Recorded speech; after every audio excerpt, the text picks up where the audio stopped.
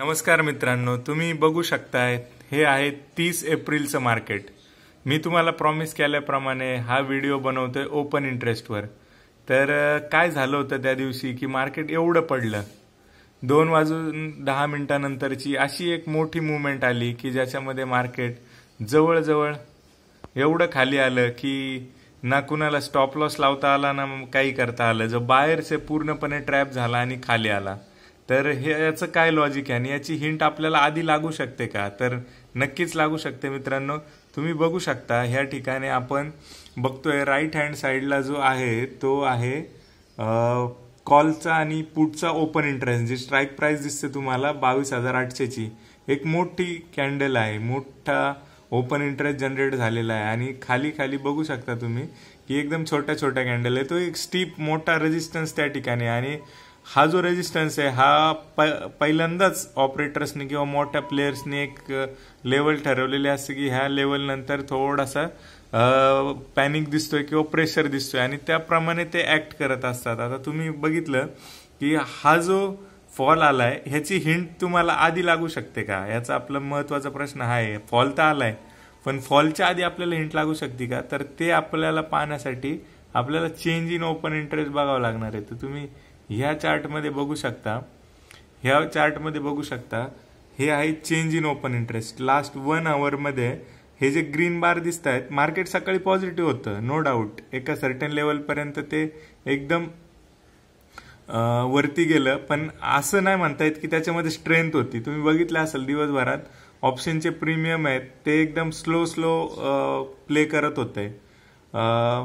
तर ह्या हिशोबाने मार्केट फार रॅपिड वर नाही गेलं, तर ह्याच्या बॅक साईडला आहे ना काहीतरी मोठी मूवमेंट घडते, काहीतरी मोठ्या गोष्टी घडतायत। म्हणजे काय होतंय की जे पुट रायटर आहेत ते त्यांच्या पोझिशन कापतायत। हे तुम्ही बघू शकता, हे जे ग्रीन कलर मध्ये जे व्हाईट कलरच्या वरच्या ज्या कॅन्डल दिसत आहेत, ह्या कॅन्डल आपल्याला काय सजेस्ट करतायत की आपल्या याच्यामधून काही ओपन इंटरेस्ट गायब झालेला आहे, म्हणजे डिक्रीज झालाय। तर हा डिक्रीज झालेला जो ओपन इंटरेस्ट आहे ना, हा ह्या पोझिशन लास्ट आवर मध्ये कट झालेला आहे। तुम्ही बघू शकता लास्ट 1 आवर मध्ये ह्या पोझिशन कट झाल्यात आणि ह्याचा इफेक्ट आहे ना कम्प्लीट मार्केटवर येणार हे निश्चित होतं, कारण वरच्या लेवलला एक रेजिस्टन्स आहे। तर अशा वेळी लेवल प्ले करणं फार इम्पॉर्टंट आहे की कुठल्या लेवल पासून बाईंग दिसू शकते आणि ह्याचा चेंजेस काही ओपन इंटरेस्ट मध्ये होतोय का। तर डे टू डे ट्रेडिंग करताना आपण ह्या गोष्टी करू शकतो की आपण जो ओपन इंटरेस्ट आहे त्याचा ट्रॅक ठेवून पर्टिक्युलर मिनिटानंतर, सपोज 15 मिनिटानंतर,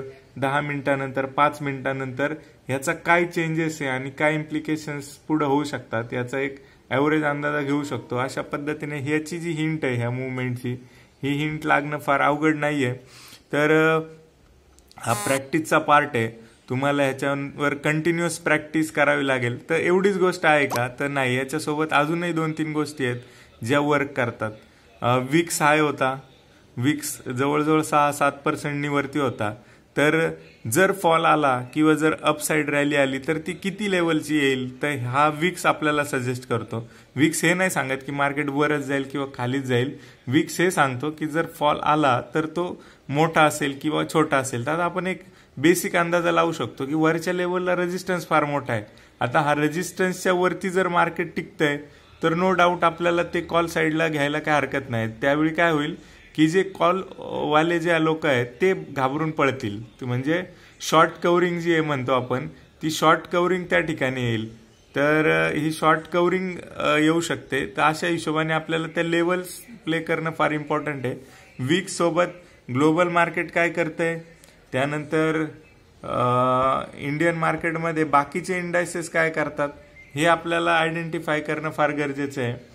तर ही एकमेव गोष्ट नाहीये की जी आपल्याला मदत करते, पण ही नक्की मेजर गोष्ट आहे की जी आपल्याला मदत करते ट्रेडिंगमध्ये की मार्केटची दिशा पुढची काय असणार आहे। तर माझं तर सजेशन तुम्हाला मी सांगितलेलंच आहे की नेकेड प्ले करण्यापेक्षा आपण जर हेजेस घेऊन काम केलं तर पोटेन्शियल लॉस पण टाळता येतात आणि जर आपल्याला एंट्री मिळाली पर्टिक्युलर तर वन साईडची एज आहे ती आपण कापून दुसऱ्या साईडला आपण लॉंगमध्ये राहू शकतो। अशा पद्धतीने हे ओपन इंटरेस्ट काम करतं।